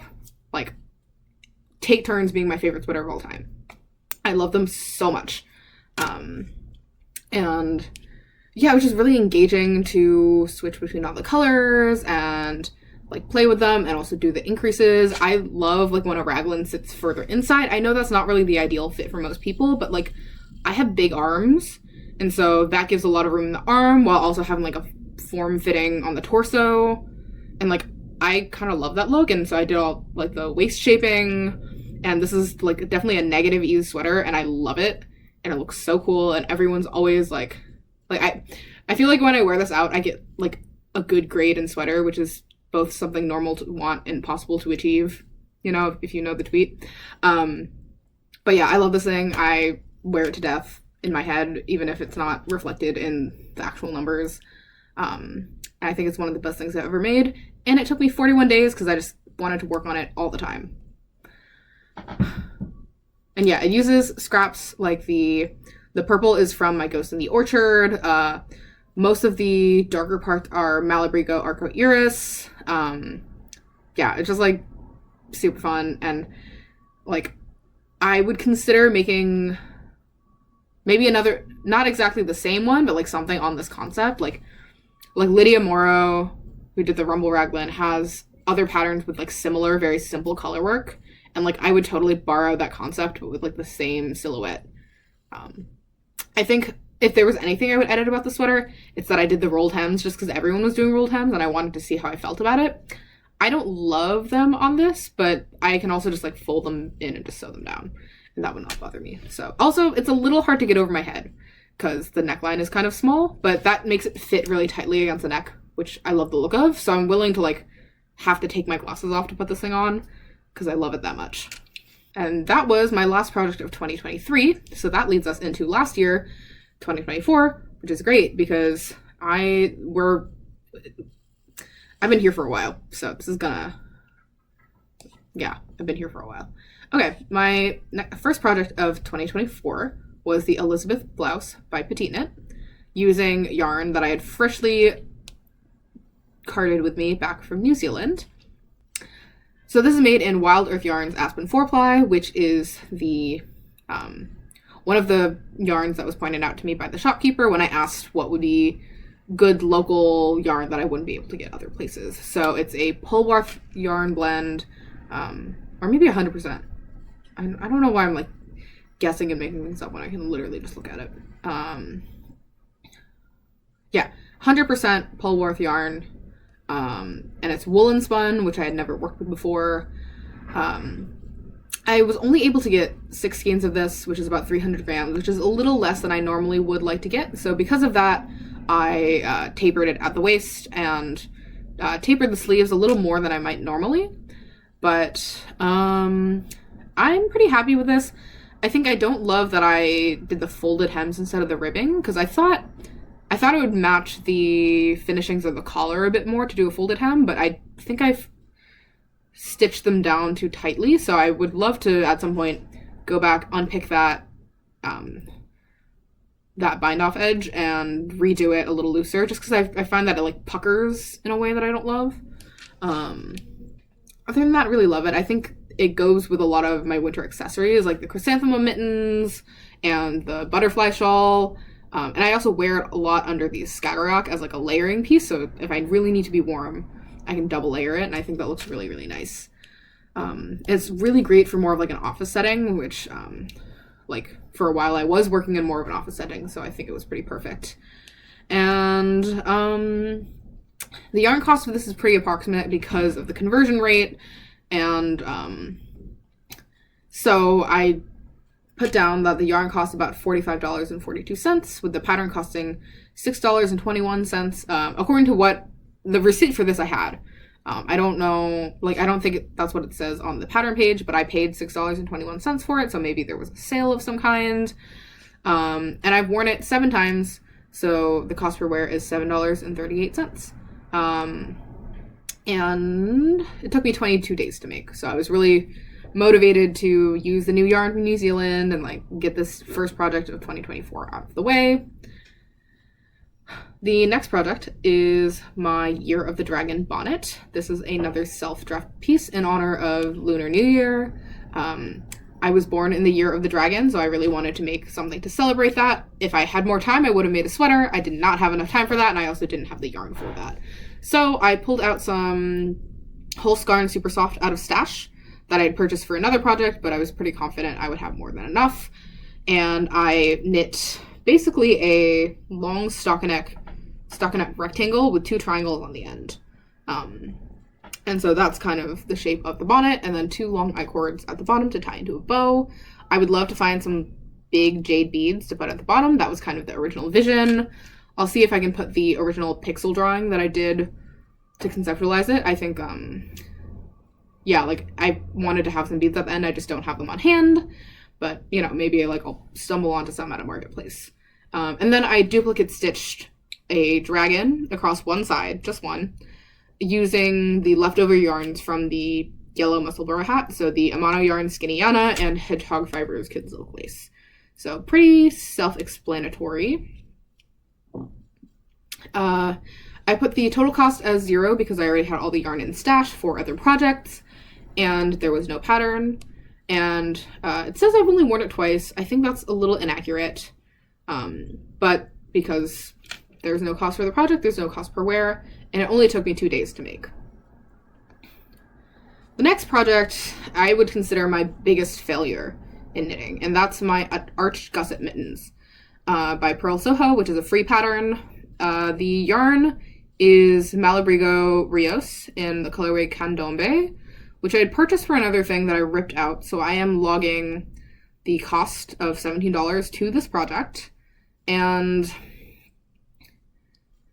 so there was nothing like outright wrong with these at first. I did adapt the pattern to be a convertible mitten because I wanted to be able to still use my fingers, which wasn't like the smartest choice because they did look a little janky, but it was okay. I did my, like, I cast on provisionally so I could do ribbing and a tubular bind off, but I definitely did that bind off too tightly, so they are a little difficult to get on and off the hands. But they served their purpose for a while. And then this year, I'm not sure exactly what happened, but all of a sudden they look really ratty. Like, the yarn has split in areas, and there's holes that have formed in places that I don't understand, and, like,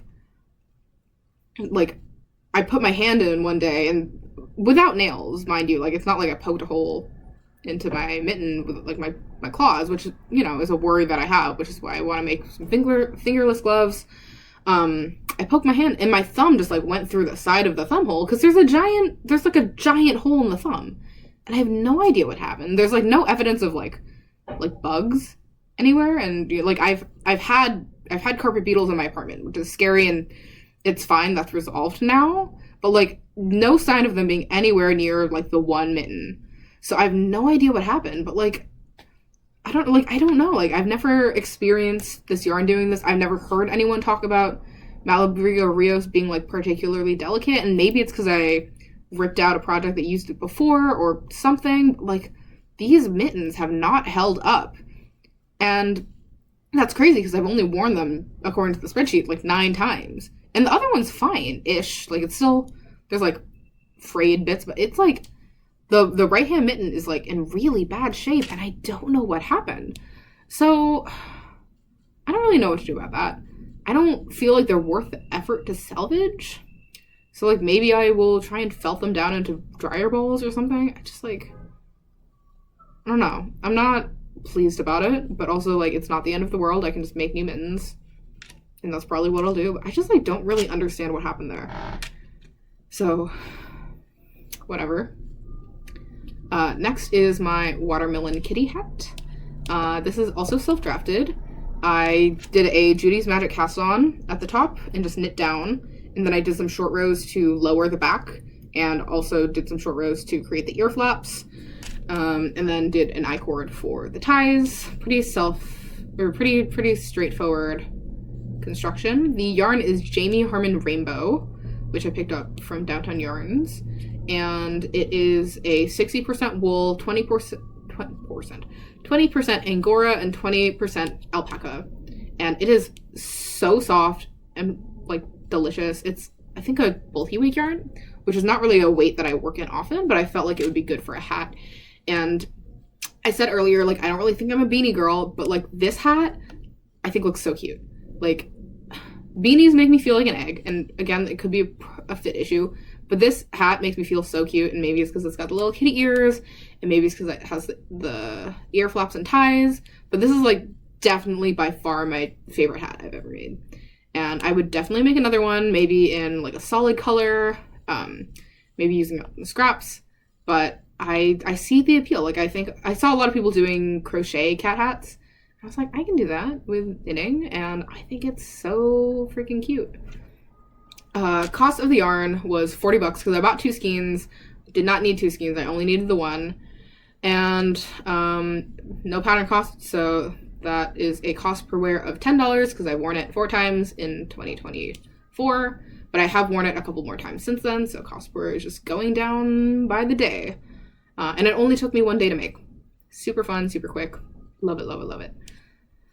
Okay, next project is the third in the running for favorite sweater of all time, and that is my Calm Down cardigan by Lily Kate France. It normally just calls for just a single DK weight strand of yarn. I decided to go with fingering weight and mohair using my favorite colorway of yarn of all time. Again, Quetzal from Luminous Brooklyn, but this time in their Shining Mohair Silk, which is just their lace weight silk mohair. I had initially wanted to get the Brilliant Fine again for this, but that would have upped the project cost a lot because it was already a lot to buy the hand-dyed mohair, but then also they didn't have enough of it in stock at the time of me purchasing it, so I decided instead I would pick up 4 skeins of the Malabrigo Ultimate Sock in the colorway Patrick, which is very similar but slightly different colorway, and I actually swatched here. It's too dark to show you, so there's not really any point, but maybe I'll pop in a photo. I swatched with both. They're pretty comparable. There's like a slight difference, but not enough to really make too much of a difference, so I decided to go for the cheaper option and the option that was more immediately available. And so I got 4 skeins of each of those yarns. I think it turned out beautifully. Like, it is the emerald green cardigan of my dreams, and everything is knit to pattern, except for, instead of buttons, I made knitted I-cords using the Cordsmith by Size Inclusive Collective out of the same yarn, and I made frog closures, which I think turned out super cute. They have definitely stretched out over time, so they don't really stay closed very well, but they're gorgeous. I think it adds so much personality to the piece. It's like a little bit of culture, and like definitely gives it that kind of like custom look, aside from like just being like a gorgeous shade of dark green mohair, like fuzzy shiny goodness. That said, it's expensive. The yarn cost for this project was $203.76, and the pattern cost was $7.73, which also, I don't think I need to clarify this, but if anyone hasn't noticed, all of these prices are in US dollars. $211.49 for the whole project, which is a lot, but I have worn this at least 20 times, which has put my cost per wear to $10.57, which is already better than some of the other products that I have. So I think it was worth it, and I will continue to wear this for like the rest of my life, like until I die. So I think it's okay. And it took me only 24 days to make because I was obsessed with making this thing. And Lily Kate France writes patterns very clearly. I think like the way she writes about fit is very, very smart, and the way she thinks about constructing garments is very like clean lines, classic, beautiful. I hate using the word classic. I don't know why I said that, but like I do feel like her aesthetic is very like clean, simple, but also like with fun, quirky twists every now and then. And I would definitely make this pattern again. I also love the way that the bottom hem kind of like bows out at the bottom. I know some people don't like that, but I think it's really, really cute. Yeah, super, super happy with it. Like everything was spot on. Like the pickup rate for the sleeves and the button band was like perfect. And I've never experienced that. Like petite knit I think is pretty close too. But like this pickup rate was like flawless. I was so impressed. But yeah, one thing though is that I think I got too excited when I was sewing the frog closures on, and so like one of them is totally crooked. Does not bother me enough to go back and fix it right now, but I probably would improve the look if I fixed it, but I don't care. It's still like super cute. Whatever. Okay. The next project is what I'm calling the Elliott hat, and it is a hat to match my friend Elliott. We went to a yarn store together and bought matching yarn so we can make matching hats. He has since made his hat, but I had not even considered that our gauges would be so drastically different that his hat would end up gigantic compared to mine. So I'm gonna have to help him maybe redo that. But self-drafted, it's constructed similarly to the musselburgh hat, except it's all in 1x1 rib. So it was made from the top down to maximize yarn usage, and then I did a tubular bind off. The yarn cost was $15. So, and because it was a self-drafted hat, the total cost was $15. I've worn it at least 3 times, puts my cost per wear at $5. Took me 55 days to make it because I put it down for a month and forgot about it. But it's a really fun color. This is, I think, my most successful just regular beanie hat. And I think that's because I made it long enough so that I still get the double fold of the brim, but then also I get some room at the top. But I do feel like I'm still kind of worried about it falling off my head a little bit, and I think that's because my hair is very, like, my hair is too smooth and silky and shiny. I don't know. I get worried, like, that I'm gonna lose it somehow. And maybe that's because I don't have the tie to secure it to my head. So maybe that's the problem, but I don't know for sure that I'm really, like, a beanie person, which is fine, you know? It's not for everyone. So, but I think this is my biggest success on the hat front. And I also did get enough yarn with Elliott at the time to make fingerless gloves, so that is something I plan on casting on in 2025. The next project is in a similar color family. It's called the Jorvin by Rastus Shoe. This was a test knit for his pattern, which was included in Lina Publishing's 52 Weeks of Chunky Knits. And it is a bulky weight, boucle, colorwork cabled vest. Knit flat from the bottom up. And that's a lot of things. But so much fun to work on, super engaging. Like, such a fun, like, bright statement piece. I mean, all the other testers pretty much did neutrals, and they all made, like, gorgeous, probably more wearable pieces. But I really wanted to do mine in, like, the combination of hot pink and blue, which had been, like, living in my brain rent-free forever. So I went with my heart and went with the crazy clown colors, and I love it. And I've only worn it twice, but that's okay, because it's super fun, and I don't care. I only wore it once last year. But the yarn cost was $78.30. All of the yarns were Knit Picks yarns. I used 2 strands of their bubbly boucle yarn, which is 82% alpaca, 13% wool, and 5% manufactured fibers, and 1 strand of Knit Picks palette, which is their 100% wool, like, fingering weight colorwork type yarn. And that's better, not ideal, but, like, it'll have to do. So the pink colors are for bubbly boucle, popping candy, and in the palette cosmopolitan, and the blue is carbonation in the bubbly boucle, and celestial in the palette. And it was super fun. It's made from the bottom up and flat and seam, so it's my first time doing flat color work. Also involves a little tiny bit of cabling, but, like, nothing complicated.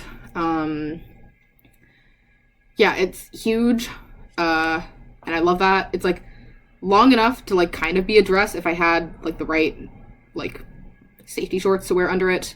I think there's a lot of opportunity for layering, but I just don't have as much of the pieces that I would want to layer under it at this current moment. But it's super fun. I can also, like, tuck it under itself to wear more cropped, and then it's just, like, this big bulky shell that is, like, super, like, colorful and lovely, and, like, kind of breaks that rule of, like, you need to have your waist, which I think is super fun. Like, who cares if you can see your waist?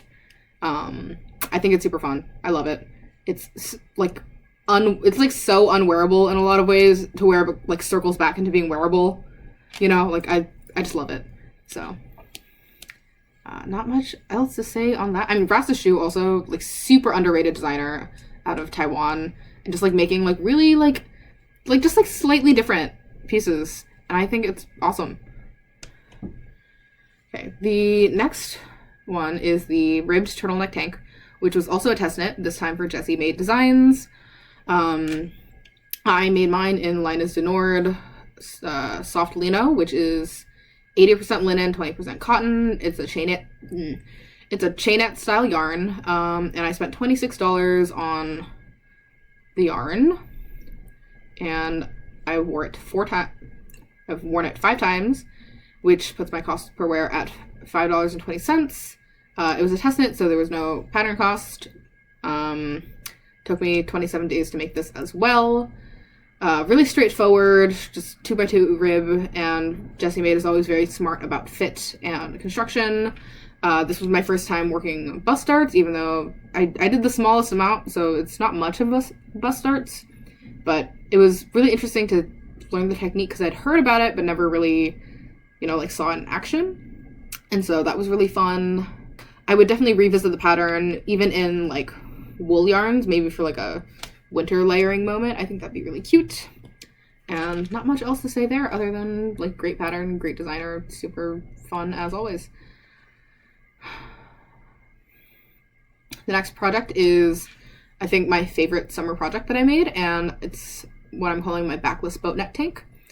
Self-drafted. I was really inspired by seeing everyone else's boat neck designs coming out, because I think this summer felt like the summer of boat necks. So I decided I wanted something backless as well. So using yarn that my sister picked up for me when she went to Copenhagen, I used Knitting for Olive pure silk in the colorway Pink Daisies, and I used pretty much exactly 100 grams to make this like backless top. Super fun. I put a button on it because I thought maybe I would need it to hold the back together, or like to get it over my head, which was stupid because it's a boat neck, so I would not have had an issue. But it's super cute. I have spoken about it more in detail on my first podcast episode where I went through all of my summer knits. So I won't go too much into it here. The yarn cost was about $15.46, and there was no pattern cost because I made it up, which puts the cost per wear at $5.15 because I've worn it 3 times. And it only took me 10 days to make. The next project is the Penelope Kerchief by Linnea Nyman, which is a free pattern popularized, I would say, probably by High Fiber Knits. Super fun, easy lace bandana. I made this for myself technically, but I didn't like how it looked on me, so I gave it away to one of my friends for her birthday. It is now in the hands of someone who I think wears it better than I ever did. I made the I-cords extra long because I thought that would be cute. Although I guess you tie it behind your head. And my hair, I think, also contributed to it. It just like kind of fell off my head because I think my hair is just too silky and shiny. I used Lyon brand True Blue in the colorway Goldenrod. I thought this would use the whole skein, but it used 49 grams. So I thought it was a 50 gram skein, but it was 100. So I thought that would use up more of my stash than it did, but it's okay. Yeah, really straightforward. Took me a single day to make. Cost of the yarn was $7, and I never wore it outside, so no cost per wear. Next project is actually up here. It is my dumpling bag by Pearl Soho, which is a free pattern. I used Cascade Pima Cotton, which costs $13.50, and have worn it out twice, which puts the cost per wear at $6.75. It's a really straightforward pattern. I wasn't really measuring so much when I made it, so it's like super out of proportion, and I think it has some of my worst knitting tension ever, which is mostly due to the cotton yarn, I think. It's ugly. Like, I'll just say that. I still think it's cute though, so I have no plans to frog it, and it just, like, it lives here more as, like, a bag to hold things inside my house than it does outside. And I mostly cast it on to be, like, good, like, mindless knitting for going to the movies. So it served its purpose, and it's serving a purpose here. So I'm not mad about it. Next project is the Look at My Holes by James and Watts, which is an all over, like, mesh lace stitch again. It's really cool. I think the pattern is mostly written for short sleeve, but I decided to go for long sleeve and all black because I thought I would get more use out of that. And so it's really fun to wear over like brightly colored sports bras or like other brightly colored tank tops, or like a nude colored tank top so it looks like I'm naked under there, but I'm not. I think it's really fun. I use Barocco Modern Cotton DK, which is not 100% cotton, even though I thought it was 100% cotton. It's cotton and rayon, which makes sense because it feels different from other cotton. So I don't know why but in my head it was 100% cotton. So I think I said that in my last podcast, which is not true. I messed up a little bit on the sleeves where my stitch count got kind of messed up, so I just fudged it and it looks fine. I don't even know where, like, I can't even tell where I messed up, so who cares? The pattern cost was $8. The yarn cost was $21.60. That puts the total cost at $29.60. And I've worn it 3 times, which puts cost per wear at $9.87. And it took me 17 days to make. Okay, the next 2 projects are both very fun. They are my flower scrunchies. So the first one I knit out of Fully Spun original fingering. And Fully Spun was a yarn dyeing brand out of Boston or somewhere in Massachusetts, I want to say, but they have since closed their business. But I picked up a skein of their yarn in the colorway Majestic, which I think was part of their Pride collection while I was visiting a friend in Boston, and I held it double to make the scrunchie. So the cost of it was $35.50, and I have only worn it once, I guess. So that's the cost per wear, and there's no pattern cost because I haven't made the pattern yet, but I would love to make the pattern because I think a lot of people would really enjoy making one of these. It's like a big statement scrunchie. It's inspired by the Sandy Liang flower scrunchies that are over $100. Really simple construction. It took me 2 days to make, and I would love to make a ton more of these, and I will be as I start trying to figure out how to write the pattern. The next flower scrunchie is exact same scrunchie, slightly different numbers, but because of the yarn, came out way bigger, which I think was just a fun lesson in gauge and fiber. This one instead is made in Ching Fiber Melted Baby Surrey, which, like, doesn't have the elasticity of the sock yarn that I used for the first one, so it turned out huge, and it's hilarious, and I love it. And the cost of the yarn was $56, and nope, I lied. I'm looking at the wrong numbers. The first flower scrunchie was $22, and I've worn it twice, which puts cost per wear at $11. And the second one was $35.50 with the cost per wear at $35.50 because I've only worn it once. So my bad. Yeah, love it. Nothing more to say. It's pretty much exactly the same as the first one. The next one was a gift for my mom for her birthday. It is the Laulu shawl by Starry Nordland. I made it in Cardiff Cashmere Classic. 2 skeins of that, and I made my sisters pay for it because it was our collective gift. So technically it cost $56 for the yarn, and I did pay for the pattern, so $70, oh my god, $7.11 for the pattern, $63.11 total, even though I didn't spend that full amount myself. And I've never worn it, so there's no cost per wear, but I knit the whole thing in 1 day. I understand now the appeal of Cardiff Cashmere. It is gorgeous. It is pricey. So I don't think I will ever make a garment out of it or like projects for myself, to be honest. But it is delicious. Also, I'm currently using it in a colorwork project, just the scrap that I have left over. And the other yarns I'm using are whole super soft. So the difference in hand feel from when I'm switching between the Cardiff Cashmere to the Holst is crazy. But it's fine. Sorry, I'm speeding through these last ones because these are now all ones that I've spoken about on podcasts, and also I've been here for 2 hours. The next ones are my tabby socks, knit in Gusto Wool Echoes in the colorway 1610 or something like that. 1504. Completely wrong. Awesome. They're just normal. I basically made a big long tube with an afterthought heel and tabby toes using Kelleborn Woolen's Perennial and the strand of string from the Lying Yowl sock yarn. Don't really know much else to say about that. They're super long. Honestly, the cuff of them doesn't fit me super great because I have really big calves, so they kind of sit lower and like more scrunched up, but I think that's a cute look. I made them because I have tabby shoes and I think they're super cute.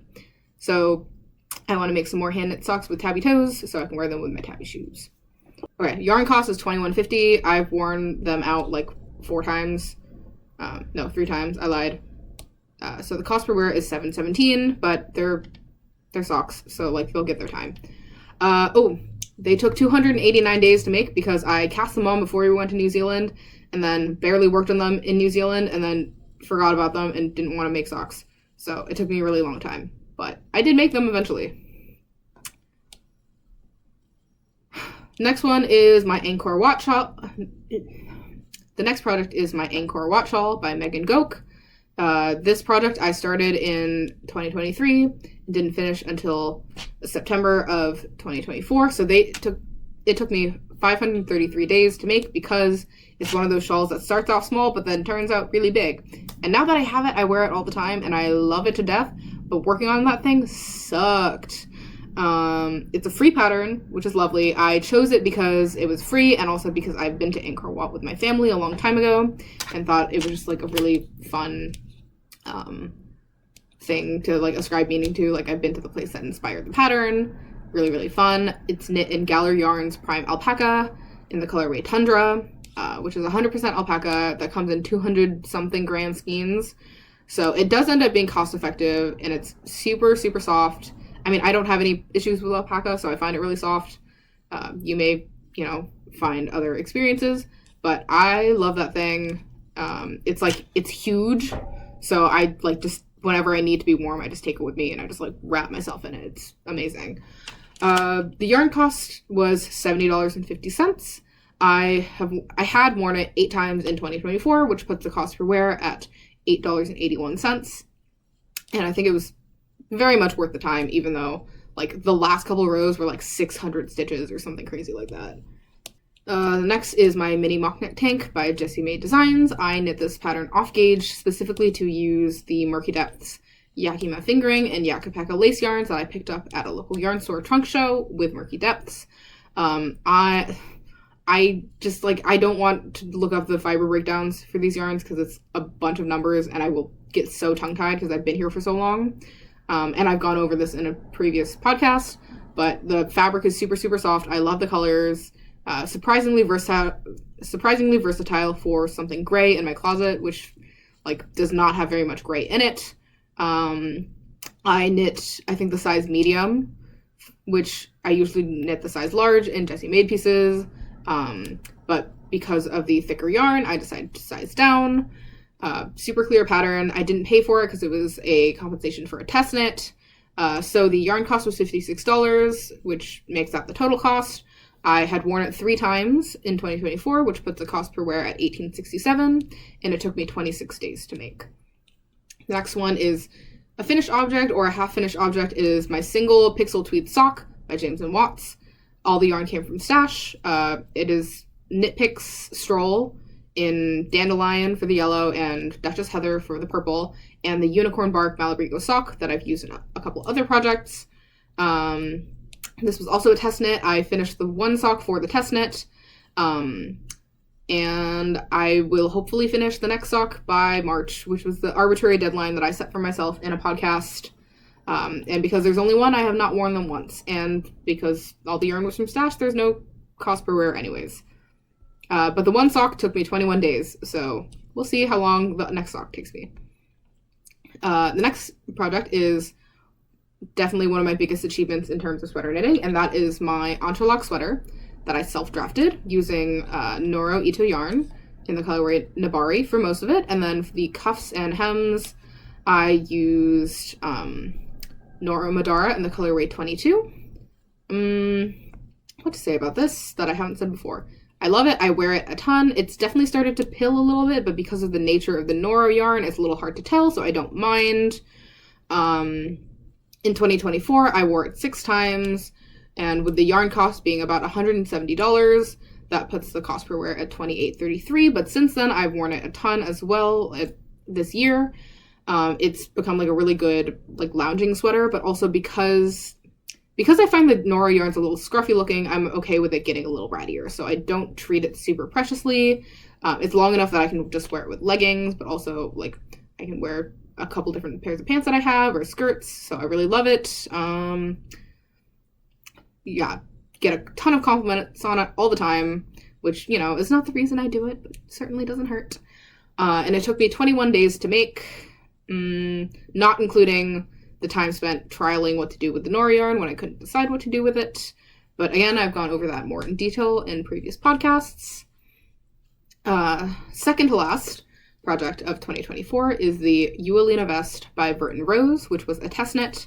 That was made in Drops Air, I want to say. Yeah, Drops Air. Yeah, Drops Air in the colorway Parrot Green. This was a test knit, and probably the first time I've ever used the recommended yarn for anything. It is a tabard style vest, so it's kind of like a big flat thing with a neck hole, and then it's got bows that tie on the side. Initially, I was very happy with the fit of this, although I've noticed it seems to have grown a little bit.